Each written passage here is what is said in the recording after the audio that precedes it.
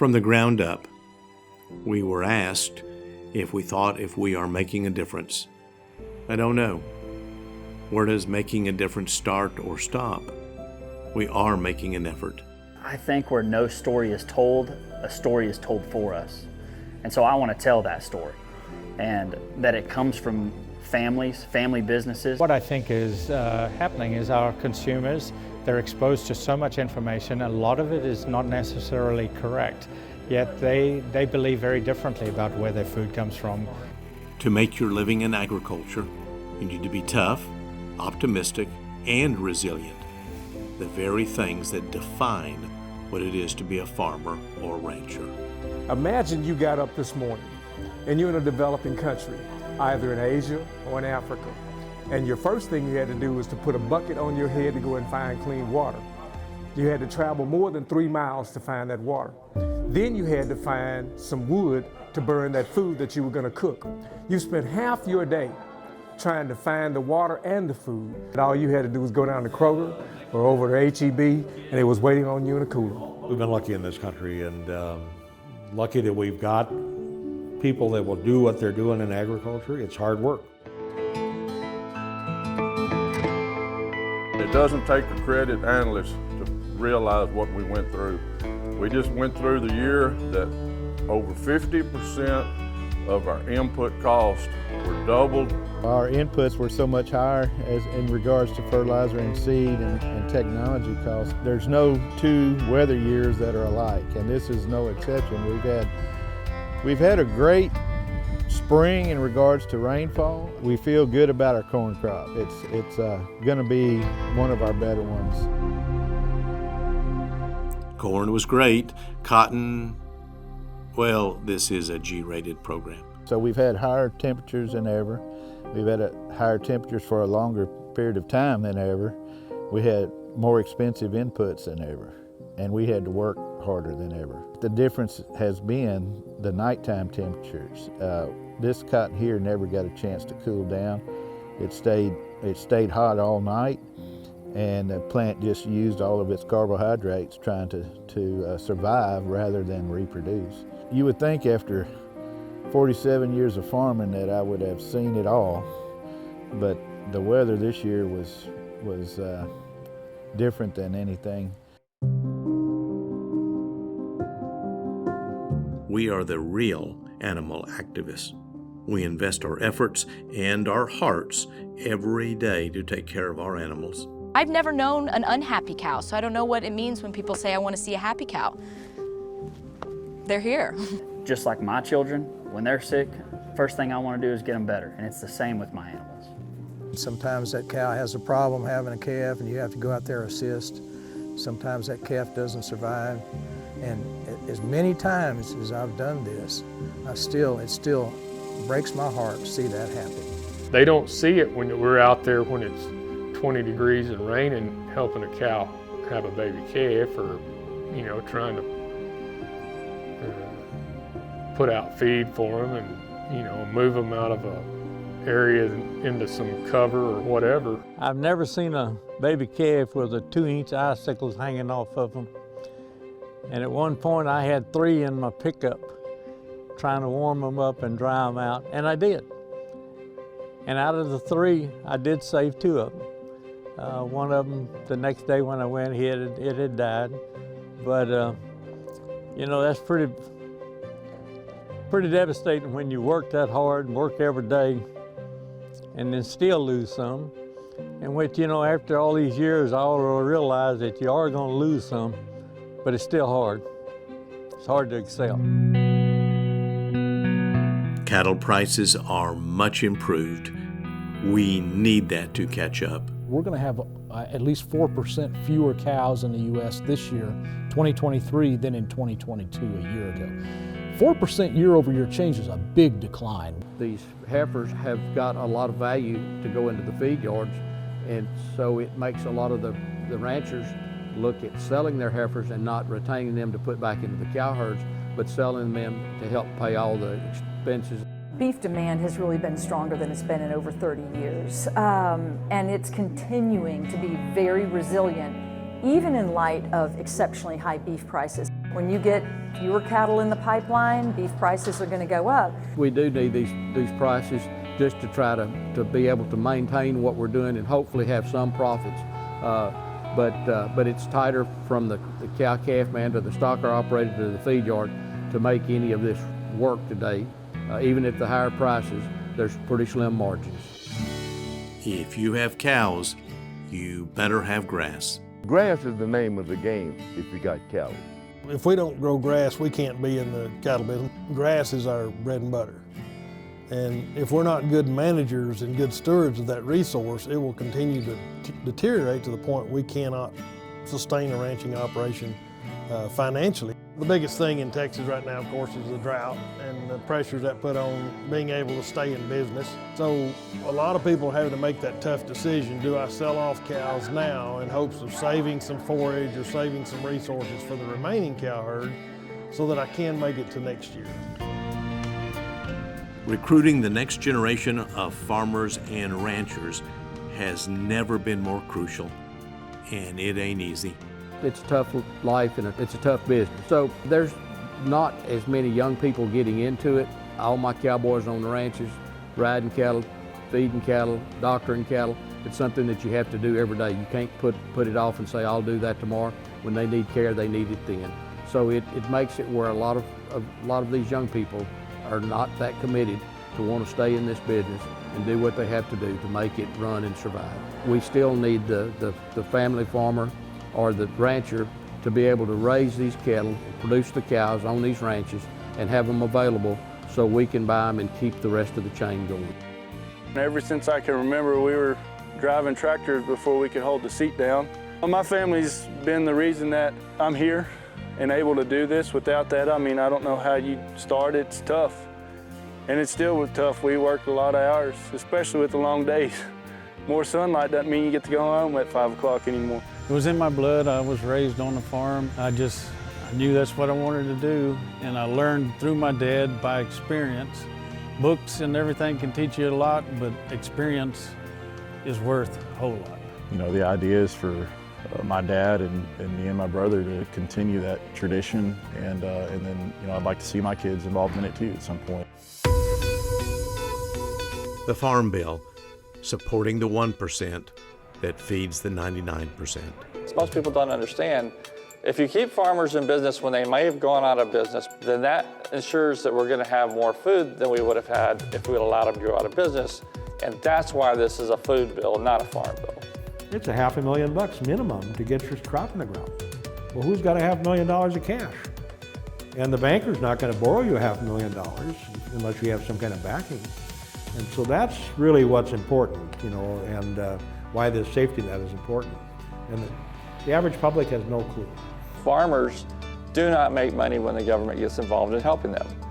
They make money when the market's good and they make a crop. You know, and if they muck around with this crop insurance system and tie it to climate and some of these other things, they will destroy the system. It's just a lack of understanding, and the problem in the city is they don't care. They have never gone hungry. There's never been a problem. They go to the grocery store, they get whatever they want. So what's the problem? What it's a danger to is rural society and rural communities and the rural way of life. And more people understood, they would have a lot less concerns or even reservations about supporting it. The fake meat bill. It's okay if you don't want to eat beef. But whatever that is you're eating, don't call it beef. Just be accurate in what you're labeling. If you have a soy-based or a protein analog or a fake meat, you need to properly label it so that consumers know what it is. If it's an artificial protein puck, call it that, but don't call it a hamburger. Look at the difference in the ingredient statement. Ours has one, beef, period. Water is the lifeblood of agriculture. Sometimes when you live in town, it's hard to understand just how dry it has been. It is always green on the golf course. We take for granted that we're so blessed with a safe and reliable water supply. We go and turn on the faucet in the kitchen, and most of us never give a thought about whether or not that water is safe. It's a valuable commodity. But for generations, people just took water for granted, that it was just going to keep flowing no matter what.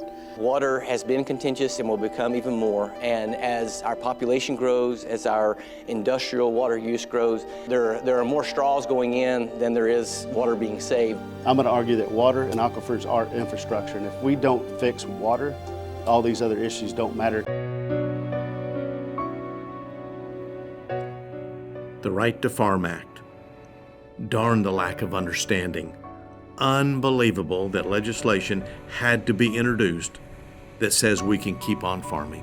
It's really probably one of our biggest challenges in the state moving forward is roughly the 1,100 people a day who move to the state. The problem that we're facing is the increased amount of people moving from town out into the country that really don't understand agriculture, and that get concerned with issues of dust or things that they see as a problem, and it's just a normal part of life. I got some calls from some farmers and that we're now surrounded by neighbors, and we're now under new regulations because cities have grown out and encroached upon them, suburban and urban sprawl, and the city didn't want them there for whatever reason, or the neighbors didn't want them there. We've got some people that think that they want to move from the city out into the country and then for everything to be like it is in the city, and it's just not that way. The gap of understanding is so huge, and the needs for our communities and ag production is so complex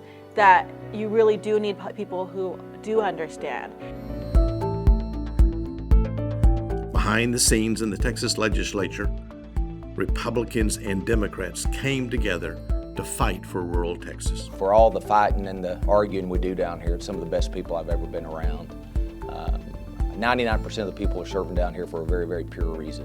It's been an honor of a lifetime. Preserving the traditions of the working space, like Republicans and Democratic chairs working together, not sitting separately, dining together, understanding each other. I think it's important for rural Texas. My dad's my best friend, my next door neighbor, my most difficult constituent, but he's a Republican. And so to have the person I love the most in the world be my political opposite, it helps me want to figure out how to make things work. The past, the present, and the future. Producing food that others can't and won't. As a sixth-generation rancher, my family has a deep history and love for agriculture, and we like to say keeping the ranch in the family and the family in the ranch. I was challenged by my parents to leave the ranch, to go and learn something else, and if I wanted to come back, the opportunity was there. I was drawn back to taking care of the land and animals and being around family and people in agriculture that I love. I chose this lifestyle because it was imprinted in me by my family. But I think we all have a little bit of cowboy in us, that we want to be connected to the land and to livestock. I chose the agriculture way of life, the ranching way of life.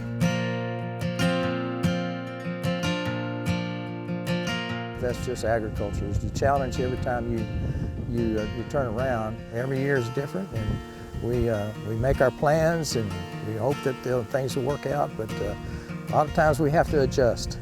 This farm has been in my family for close to 100 years. My mother was raised here. I've raised my children here. We have grandchildren living on this farm right now, and we don't want to risk any of that by taking advantage of the environment or trying to destroy the environment. We want to continue the journey here with our families, and maybe one of these days our grandchildren will be able to live here. Farming and ranching is much more than a job. God's calling is what I think. God blessed me with a number of talents. I've prayed for opportunity, and He's given me opportunity, and I'm going to use it as long as I can. And I'm reaching the age right now where I need to start thinking about slowing down. I'm turning some things over to the kids, and I need to turn more things over to the kids. But I feel like I'm on a train, and I just don't know how to jump off. It is an emotional roller coaster.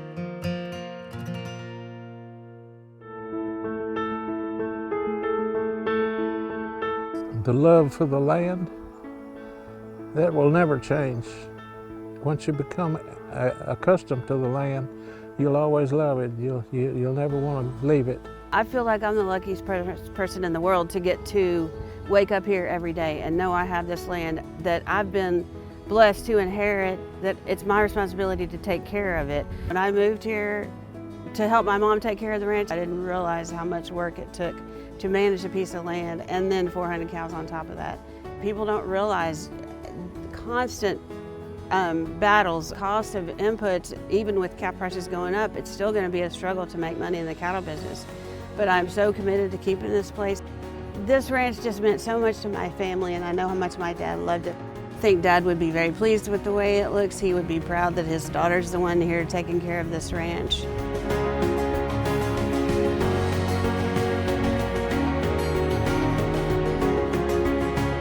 This hill is definitely an inspirational hill. It's where I go to reflect and spend a lot of, alone time, praying time. It's a beautiful location, kind of direct connection to God there with that cross. Then it's also, my dad's ashes are spread here, my mom's ashes are spread here, so it's a very sacred place for our family. How did the cross on the hill come to be? In 1983, my dad decided to get sober, went to treatment, came back to the ranch and decided he wanted to put a big cross on this hill. This is the highest hill on our ranch. He wanted a constant reminder of he was not in charge, someone else is in control. And that's what they teach you in AA, let go, let God.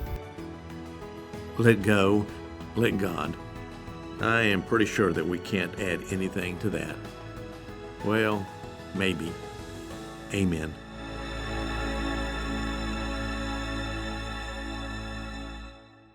God is great, God is good. Let us thank Him for our food. Amen.